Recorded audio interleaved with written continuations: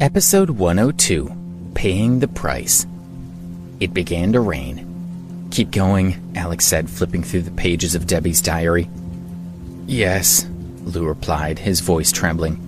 He knew that what he was about to say would probably infuriate Alex. Alex had opened the diary to May 25th, the day Debbie went to Chicago. May 25th. As soon as I got off the plane, I started thinking about Alex. I'm pathetic. If he knew what I was thinking, he'd laugh. We had a video chat, and I still insisted that he stay in New York, but deep down I really wanted him to come and be with me. May 26th. I was really jealous when I saw that Melissa and the others had boyfriends coming to pick them up after rehearsals. It's really lonely on the bus every night. May 29th. I haven't called Alex for several days. I'm afraid that if I see him, I won't be able to stop crying. It would be too embarrassing to have him see me like this. I can't be a burden to him. May 30th. It's really wet and cold in Chicago right now. I got soaked coming back to the hotel, and I'm still very cold now, even in my bed. The window in my room faces northwest, the direction of New York. I stared out that window for ages, missing Alex and wishing he would come to Chicago to be with me. I wish he could hear me calling to him. Alex stared at Debbie's delicate handwriting, and he could almost feel her loneliness coming through the words on the page. He regretted that he had chosen to remain in New York. If he hadn't, Debbie wouldn't have been so lonely in Chicago.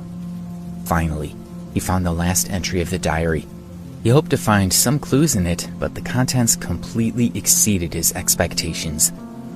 June 4th. It's cloudy today. Yesterday I participated in the Sky's the Limit talent show. I never expected Melissa to set me up. She poured something into my water, and I was in so much pain during our performance. Every time I moved, I felt like I was being stabbed. Melissa framed me for poisoning Angelina's dog, and Angelina slapped me twice, really hard. Only Janice and Rita stood up for me. The dog rushed at me, and my stomach hurt so much that I could barely move. But I had to run, and every step felt as if someone was stabbing me. Alex's eyes shone with tears. He clenched his fists tighter and tighter, completely unaware that he was damaging the diary. When I was in the icy cold water, the dog bit me. I felt that I was better off dead. Every second in this world just brought more suffering, and eventually I chose to give up.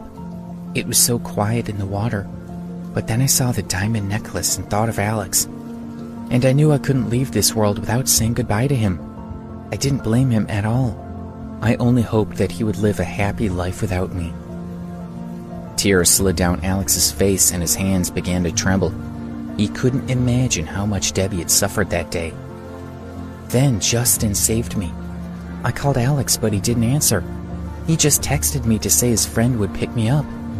It's time for me to go back to New York. I'll do my best to keep what happened in Chicago from Alex. I don't want him to feel bad. After reading Debbie's diary, Alex kneeled on the ground and cried out in grief. Debbie's beautiful handwriting was captivating, and sorrow pierced his heart. When Debbie had been in danger, and when she had needed him the most, he had been happily drinking and chatting. His heart felt like it was being torn apart, and there was nobody he hated more than himself. He slapped his face twice, and then dropped his hands onto the ground, crying sorrowfully. "Mr. Ambrose," Ken said, frowning as he squatted to help him up. Alex's behavior was making everyone nervous. Alex burst into tears. He looked at Lou, who was still being held down, and asked, "What did you do to Debbie after you took her to the hotel? Where is she now?" Lou was so scared that his legs gave way and he dropped to the ground.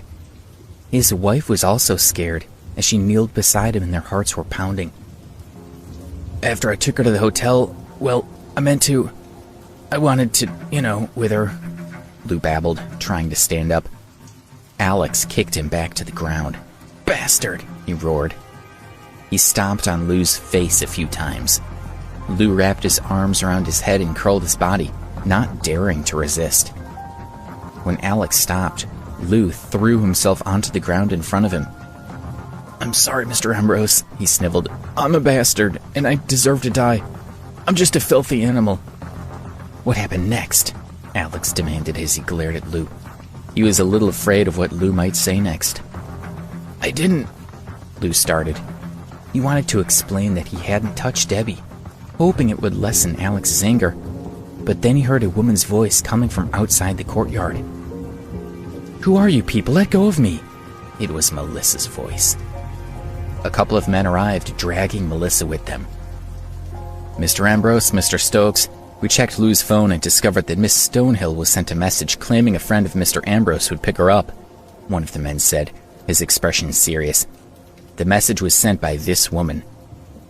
Alex glared at Melissa, feeling nothing but hatred. He should have guessed that she was behind this, but after spending the night with her, his attitude toward her had softened a little.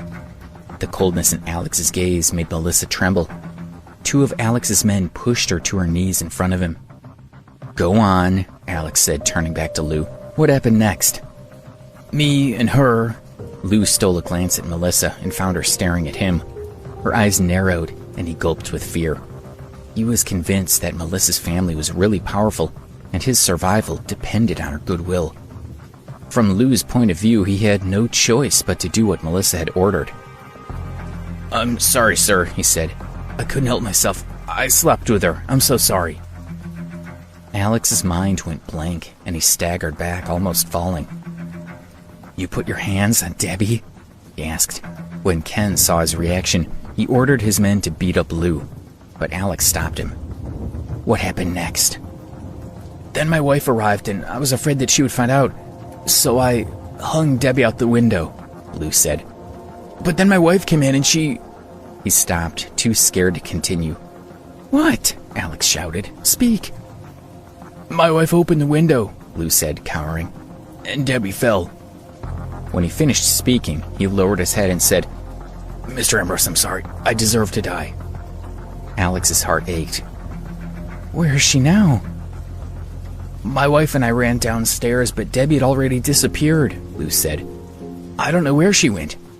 Maybe someone took her to the hospital." Lou's wife looked shocked. "Round everyone up and send them around all the hospitals in New York," Ken said. One of his men left the room to carry out the order. Lou trembled as he lay on the ground, sneaking glances at Melissa. He had done what she had told him to do, and he hoped she would keep her promise. Melissa gave Lou a look of reassurance. Alex closed his eyes and tears streamed down his face. His heart was filled with sorrow, and he truly hated himself. The thunder grew louder, and the rain came down even harder. Alex roared in rage. He kicked fiercely at Lou's stomach while the man lay huddled on the ground, moaning in pain and spitting out blood. Then Alex kicked Lou's wife to the ground. He didn't care that she was a woman. "Alex, are you planning to beat them to death?" Melissa asked, still kneeling on the ground. "Calm down. Debbie has been assaulted, but what's done is done." She had to protect Lou. Otherwise, he might change his story and tell Alex the truth. If that happened, then all her efforts would be for nothing. "Shut up," Alex cursed angrily at her. "I was just telling the truth," she said. "Think about it. Debbie has already been ruined by another man. You're an important member of a powerful family. So could you really accept a woman who wasn't pure? No, I didn't think so. Vent your anger on them and then let them go. If you beat them to death, you'll be arrested." Alex stared at Melissa and walked toward her, one step at a time. "So it doesn't really matter where Debbie is now, does it?" she said. "But it's okay. I can give you anything that she could." She panicked as she noticed Alex's expression. "Alex, please, I'm just trying to help." Alex slapped her, knocking her flat on the ground. Blood flowed from the corner of her mouth. "Give me a gun," Alex bellowed as he looked over to where Lou and his wife were still lying prone. He stretched his hand out toward Ken and waited. "Yes, sir," Ken responded, shocked. Alex had never been this violent before. Ken asked his men for a gun and then handed it over to Alex. "Mr. Ambrose, please have mercy," Lou begged. "Please don't kill me. I'll do anything. I'll be your slave, anything." "Mr. Ambrose, please let me go," Lou's wife joined in. "I wasn't really involved. I didn't know." "Debbie is my woman," Alex yelled. "No one else can touch her, especially not you." He pointed the gun at Lou. "No, Mr. Ambrose, please," Lou pleaded. desperate to explain that he hadn't really slept with Debbie, and he had only been repeating what Melissa had told him to say. "Wait, listen to me. I swear, I didn't." Bam! Bam! 2 consecutive shots rang out, and Lou never got to finish speaking. He and his wife had both been shot in the head, thick blood flowing from their wounds. Their bodies crumpled, and a pool of blood gradually formed around them.